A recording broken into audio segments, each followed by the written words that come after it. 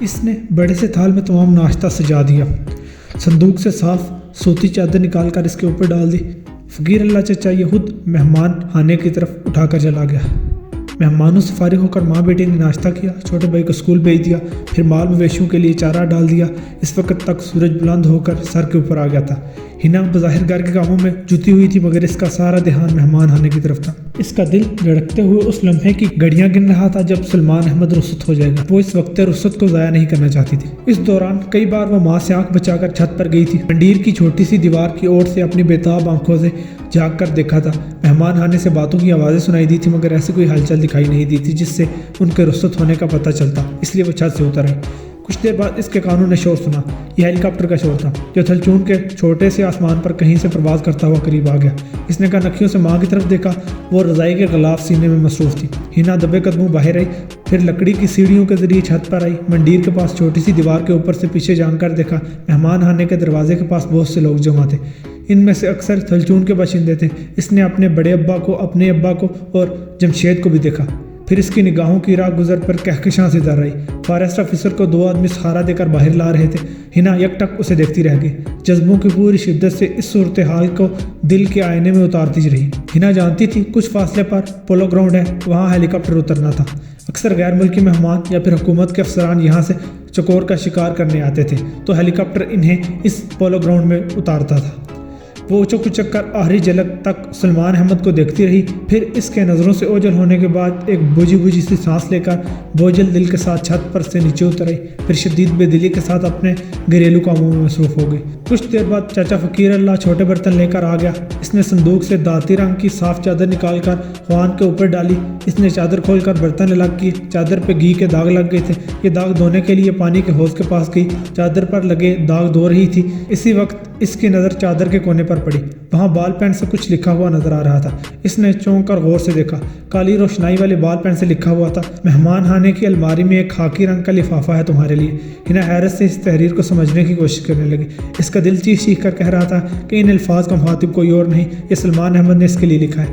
وہ تیز تیز چلتی ہوئی گھر کے احاطے کی جانب آئی۔ مہمان خانے کی طرف خاموشی تھی، شاید سارے مہمان جا چکے تھے۔ اس وقت اس کا ابا گھر کی طرف آتا ہوا نظر آیا۔ وہ قریب آیا تو ہنا بولی، ابا مہمان خانے سے مہمان گئے ہیں تو کیا اس کی صفائی کر لوں میں؟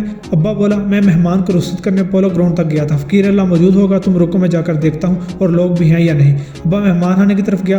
ذرا سی دیر بعد اس نے باہر نکل کر آواز دی، ہنا بیٹی تم کچھ دیر بعد آ جاؤ، ابھی گاؤں کے کچھ لوگ اندر ہی موجود ہیں، ان کے جانے کے بعد صفائی کر لینا۔ ہنا خوف اور تجسس کے ملے جلے خیالات کے ساتھ گھر میں آئی۔ بڑی دیر تک کے صبر آزمائے انتظار کے بعد بالآخر ابا نے آ کر بتا دیا کہ اب مہمان خانہ خالی ہے۔ وہ جیسے اڑتی ہوئی وہاں پہنچ گئی۔ جانے والا موجود نہیں تھا، مگر اس کی یادوں کی پرچھائیاں کسی کے لفافے میں بند اس کی راہ تک رہی تھی۔ اس نے تیزی سے الماری کھول کے دیکھا، ایک لالٹین، چند پیالیوں اور ایک ریڈیو سیٹ کے علاوہ چند اور عام سی چیزوں کے درمیان اس ہاکی لفافہ نظر آ گیا۔ لفافہ اٹھا کر اس نے بےتابی سے کھولا، اندر ایک رکا برآمد ہوا۔ وہ اس چھوٹے سے کمرے میں تنہا تھی، بیرونی دروازہ اس نے بند کر لیا، اس کے باوجود وہ ہولے ہولے کانپ رہی تھی۔ اس نے دھڑکتے دل کے ساتھ رکا پڑھنا شروع کر دیا۔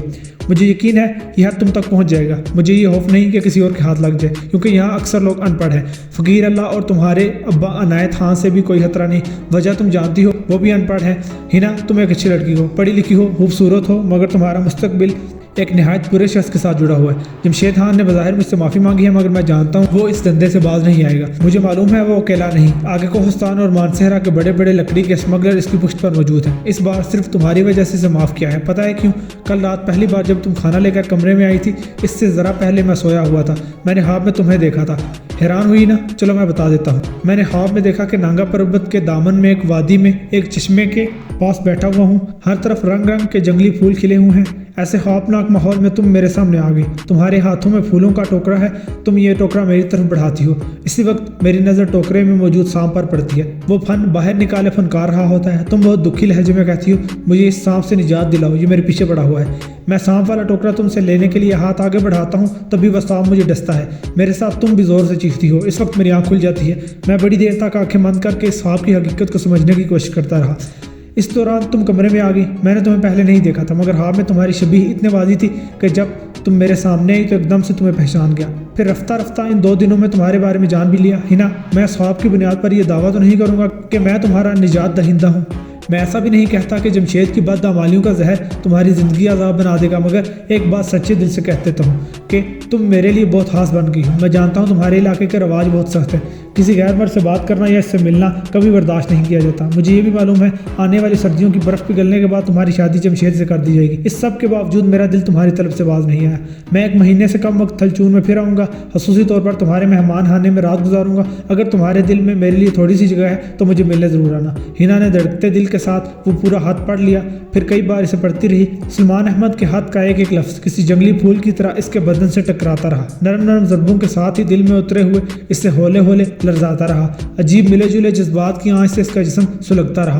ان جذبات میں فخر و انبساط بھی تھا، بے رحم موسموں کا خوف بھی، جذبہ عشق کی ابتدائی کیفیتوں کا دبا دبا جوش بھی تھا۔ شاہراہ قراقرم جسے KKH بھی کہا جاتا ہے، اس کا بشام سے لے کر گلگت تک حصہ تقریباً 350 کلومیٹر فاصلے پر مشتمل ہے۔ یہ سارا علاقہ پہاڑوں میں گرا ہوا ہے۔ قراقرم ہائی وے ان پہاڑوں کے اندر سے بلک آتی ہوئی گزرتی ہے۔ دریائے سندھ اس کے پہلو بہ پہلو گہرائی میں بہتا ہوا آگے بڑھتا ہے۔ اس کے دونوں طرف بلند و بالا پہاڑ ہیں۔ یہ پہاڑ کہیں خشک اور کہیں چٹیل ہے، کئی جنگلات سے ڈھکے ہوئے ہیں۔ اکثر یہ جنگلات KKH سے ہٹ کر پہاڑوں کے اندر موجود متعدد نالہ جات میں پائے جاتے ہیں۔ یہ اتنے وسیع و عریض رقبے پر پھیلے ہوئے ہیں کہ گلگت بلتستان کے 70% جنگلات ضلع دیامیر میں موجود ہیں۔ یہ المیہ ہے، مگر سب سے زیادہ بے دردی سے جنگلات کی کٹائی اسی ضلع کی مختلف وادیوں میں ہوتی ہے۔ ان علاقوں کے جغرافیائی اور سماجی حد و حال ایسے ہیں کہ حکومتی اثر و نفوذ کا یہاں بہت کم عمل دخل رہتا ہے۔ عام لوگوں سے لے کر ٹمبر مافیا کے بااثر افراد تک ان علاقوں میں موجود چیڑ دیودار اور صنوبر کے درختوں کو ایندھن اور تعمیراتی مقاصد کے لیے اندھا کاٹتے رہتے ہیں۔ گلگت بلتستان کے ضلع دیامیر کی حدود سے آگے کوہستان کا علاقہ شروع ہو جاتا ہے۔ وہاں کے خان اور ملک ایک طرح سے اپنے اپنے علاقوں کے حکمران ہوتے ہیں۔ پہاڑوں کے اندر بکھری ان وادیوں میں انہی کا قانون، حکم اور انہی کا فیصلہ قابل قبول ہوتا ہے۔ اس وقت کوہستان کے ایک علاقے سمرال کے ملک امین شیر کے مہمان خانے میں 8-10 لوگ بیٹھے ہوئے تھے۔ ملک امین شیر گاؤں تکیے سے ٹیک لگائے بیٹھا ہوا تھا۔ وہ 50 سے زیادہ عمر کا باروب شخص تھا۔ اس کے چہرے پر گنی داڑھی تھی، بڑی بڑی مونچھوں نے منہ کو ڈانپ رکھا تھا۔ اس کی سرخ سرخ آنکھوں میں سفیدی اور مکاری جھلک رہی تھی۔ اس کے سامنے بیٹھے لوگوں میں جمشید خان بھی تھا۔ تھلچون میں فارسٹ آفیسر سلمان سے متبیڑ کے 8-10 روز بعد اپنے ساتھی جمدر کے ساتھ سمرال آیا تھا۔ وہ ملک امین شیر کا طفیلی تھا، برسوں سے اس کے لیے کام کرتا تھا۔ ملک امین شیر صوبائی اسمبلی کا ممبر رہ چکا تھا اس وقت۔ اس کے باوجود بہت اوپر تک اس کے تعلقات تھے۔ وہ ان تعلقات کو استعمال کر کے پرمنٹ حاصل کرتا، پھر ٹرک بھر بھر کے آگے بڑے بڑے شہروں میں مہنگے داموں لکڑیاں فروخت کیا کرتا۔ اس کا مال لاہور کراچی تک جاتا تھا، نیچے سے اوپر تک سب کو ان کا حصہ پہنچتا تھا۔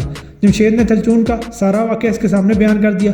فارسٹ آفیسر سلمان احمد کی فصل تناشی اور ایمانداری سے اس کے دندے کو جو جھٹکا لگا تھا، اسے بڑھا چڑھا کر پیش کیا۔ ملک امین شیر اس کی بات سن کر بڑی مونچھوں کو دیر تک تاؤ دیتا رہا، پھر زیر لب ایک زہریلی مسکراہٹ کے ساتھ بولا، پریشان ہونے کی ضرورت نہیں۔ ایسے نوجوان افسر شروع میں مسائل پیدا کرتے ہیں۔ ابھی تازہ تازہ افسر لگنے کا جوش ہے، گرم گرم جذبات ہیں، چند مہینوں میں پٹڑی پر آ جائے گا۔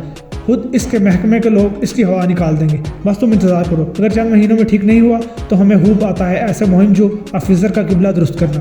جمشید فداویانہ لہجے میں بولا، ملک صاحب میں جانتا ہوں آپ بڑے طاقتور اور بااثر ہیں۔ میں نے بڑے بڑوں کو آپ کے دروازے پر ناک رگڑتے دیکھا ہے۔ اس جیسے کل کے لونڈے افسر کی تو کوئی حیثیت ہی نہیں، مگر ایک مسئلہ ہے۔ آپ کو معلوم ہے ادھر اسلام آباد کی ایک پارٹی سے ڈیلنگ ہو رہی ہے، آدھی پیمنٹ بھی وصول کر لی ہے۔ اس پارٹی کو تھلچون کے جنگلات کا دیودار اسی مہینے کے آخر تک لازمی پہنچانا ہے، ورنہ ڈیل منسوخ ہوگی، رقم بھی واپس کرنی پڑے گی۔ میرے پاس صرف 2 ہفتے ہیں۔ ملک امین شیر گہری نظروں سے جمشید کی طرف دیکھتے ہوئے بولا، جمشید خان، تھلچون کے حالات تم بہتر جانتے ہو۔ وہ افسر ہر وقت تمہارے علاقے میں فارسٹ گارڈ کی طرح ڈیوٹی نہیں دیتا، وہاں سے بہت دور چلاس کے ایک دفتر میں بیٹھتا ہے۔ ظاہر ہے اس تک خبریں تمہارے علاقے کے ہی لوگ پہنچاتے ہیں، تم ان پر نظر رکھو، دھن سے بھی اور دون سے بھی انہیں مٹھی میں رکھو۔ افسر تک خبریں پہنچنے مت دو، یہ میرے بندے بھی لے جاؤ، تیزی سے مطلوبہ لکڑی کاٹ کر نیچے سڑک تک پہنچا دو۔